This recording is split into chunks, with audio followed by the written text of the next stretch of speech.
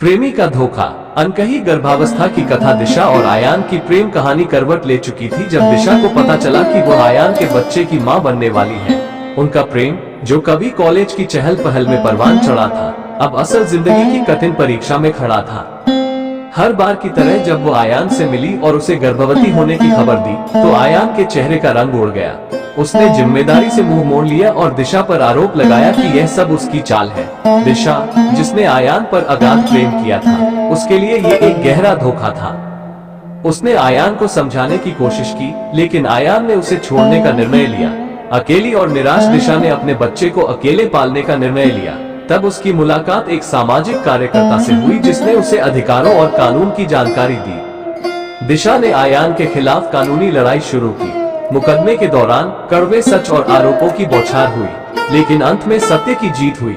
दिशा को न्याय मिला और आयान को अपनी जिम्मेदारी उठानी पड़ी। ये कहानी सिर्फ एक प्रेम कहानी की त्रासदी नहीं, बल्कि एक युवती के संघर्ष और सशक्तिकरण की कहानी है। एक समय की बात है, एक छोटे से गांव में रहने वाला लड़का राज को एक सुंदर सी लड़की के आदेश पर शहर में पढ़ाई करने के लिए भेज दिया गया। उसके जाने के बाद उसने कपड़ा साइल का काम धंधा करना शुरू कर दिया। एक दिन राज शहर के सबसे बड़े साइल स्टोर पर कपड़ों का खरीदारी करने गया। वहां पहुंचकर उसकी नजर एक दुकान में बेईमानी से छिपी लड़की पर पड़ी। उसकी नादान आदतों के कारण राज वहां भयानक खराब हो गया।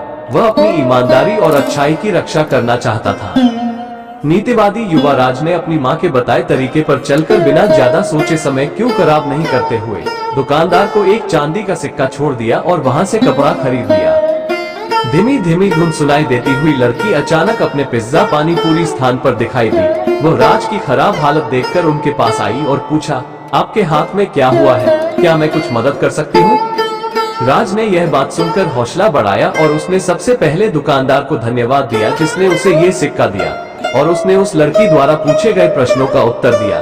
धन्यवाद बहन, मेरे हाथ में कुछ नहीं हुआ है, शायद तोड़ी है। लड़की ने राज को बताया कि वो उसे बचपन से ही उम्मीद कर रही है। उसने आगे कहा कि उसे एक बहुत अच्छा और भोला लड़का चाहिए जो उसे सब प्यार करे और उसकी ख्वाहिशों को सीधा रास्ता दिखाए। राज ने लड़की के प्रति खास इंटरेस्ट दिखाया और उसे बातचीत के लिए आमंत्रण दिया। वे बहुत देर तक बात करते रहे और इस प्रक्रिया में वे दोनों एक दूसरे के बारे में अधिक जानने वाले हुए। धीरे धीरे उनके बीच की रिश्ता बढ़े। कहानी एक लड़की और एक लड़के के बारे में है जो बचपन के सबसे अच्छे दोस्त थे।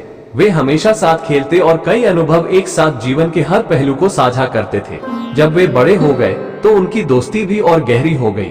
वो एक दूसरे के साथ मनोरंजन करने, साथ पढ़ाई करने और सप्ताहांत में मार्गदर्शन करने लगे।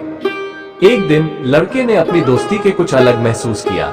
वो हमेशा लड़की की तरफ देखने और उसके साथ हंसने खेलने के लिए तत्पर रहने लगा। इन भावनाओं को देखते हुए लड़की ने दोस्ती के बारे में भी कुछ अलग महसूस किया। वह अन्याय महसूस करती थी क्योंकि उसे लड़के के प्रति कुछ विचार होते हुए उसके साथ भोला बनाया गया था। समय बीतते हुए लड़के ने धीरे धीरे लड़की को अपने अलग होने के ख्याल के बारे में समझाया। वह कहने लगा कि वह उसे खोने का डर दिखा रहा है और उसे ये भी दिखा रहा है कि उसके बिना वह जीने योग्य नहीं है। सुनकर लड़की बहुत खुश हुई और समझ गई कि उसे भी लड़के के प्रति उसी तरह की भावनाएं हो रही हैं। इसके बाद लड़के और लड़की ने अपने भावों को सामने लाकर एक दूसरे को बताया और उसे अपने असली प्यार का आदान प्रदान करने के लिए राजी कर दिया। बाद में उन्होंने अपने परिवार को भी अपने असली प्यार के बारे में बताया और वो विवाह करने के लिए इच्छुक थे। इस प्रकार लड़के और लड़की ने एक साथ विवाह किया और अपने सपनों को साथ मिलकर पूरा किया। वे अपने दिल की बात समय पर बताने के लिए बहुत खुश थे और उनकी प्रेम कहानी एक दूसरे के लिए प्रेरणा का कारण बन गई। धनिया और राहुल की मुलाकात कॉलेज के पहले दिन हुई थी। दोनों अलग अलग शहरों से आए थे, लेकिन उनकी आंखों में एक पहचान सी थी। धनिया भोपाल की रहने वाली थी, जबकि राहुल मुंबई से था। कॉलेज का पहला दिन हमेशा खास होता है और उस दिन पूरा कैंपस नवयुवकों से खचाखच भरा था।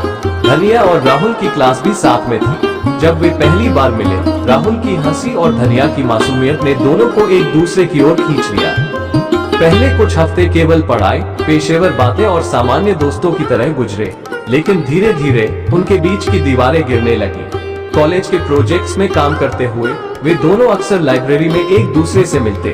कैफेटेरिया में चाय की चुस्कियां लेते हुए उन्होंने विभिन्न विषयों पर लंबी बातचीत की, जिससे उनके दिल की धड़कनें तेज हो जाती थी।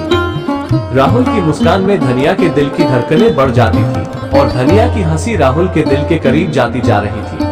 धीरे धीरे उनके बीच का ये दोस्ताना कुछ और बनता जा रहा था। एक दिन राहुल ने धनिया को कॉलेज के पास एक पुराने किले में जाने का प्रस्ताव दिया। किला शहर से दूर एक पहाड़ी पर बसा था, जहाँ से पूरे शहर का नजारा अद्भुत दिखता था। राहुल ने धनिया से कहा, आओ हम दोनों वहां जाएंगे, शायद हमें कुछ समय के लिए खुद को जानने का मौका मिलेगा। धनिया ने मुस्कुराते हुए हामी भर दी। अगले दिन वे दोनों किले की ओर निकल पड़े। वहां की ठंडी हवा और खूबसूरत नजारे उन्हें और करीब ले आए। किले की पुरानी दीवारों पर बैठे हुए राहुल ने धनिया से कहा, धनिया, मैंने तुम्हारे साथ जो वक्त बिताया है वो मेरे जीवन का सबसे खूबसूरत वक्त रहा है। क्या तुम मेरे साथ पूरी जिंदगी बिताने के लिए तैयार हो? धनिया की आंखों में आंसू थे, लेकिन वे खुशी के थे। उसने कहा, हाँ राहुल, मैं भी तुमसे बहुत प्यार करती हूँ। तुम्हारे बिना मेरी जिंदगी अधूरी है। उनके प्यार की कहानी पूरे कॉलेज में फेमस हो गई। सब उन्हें आदर्श मानते थे। एक दूसरे की साझेदारी और समर्पण ने उन्हें और मजबूत बना दिया। कॉलेज खत्म होने के बाद राहुल और धनिया ने साथ में अपना करियर बनाने का फैसला किया। उन्होंने एक छोटी सी कंपनी शुरू की और धीरे धीरे इसे सफल बना दिया। राहुल के पिता मुंबई में एक बड़े बिजनेसमैन थे, जबकि धनिया का परिवार एक छोटे से कस्बे में रहता था।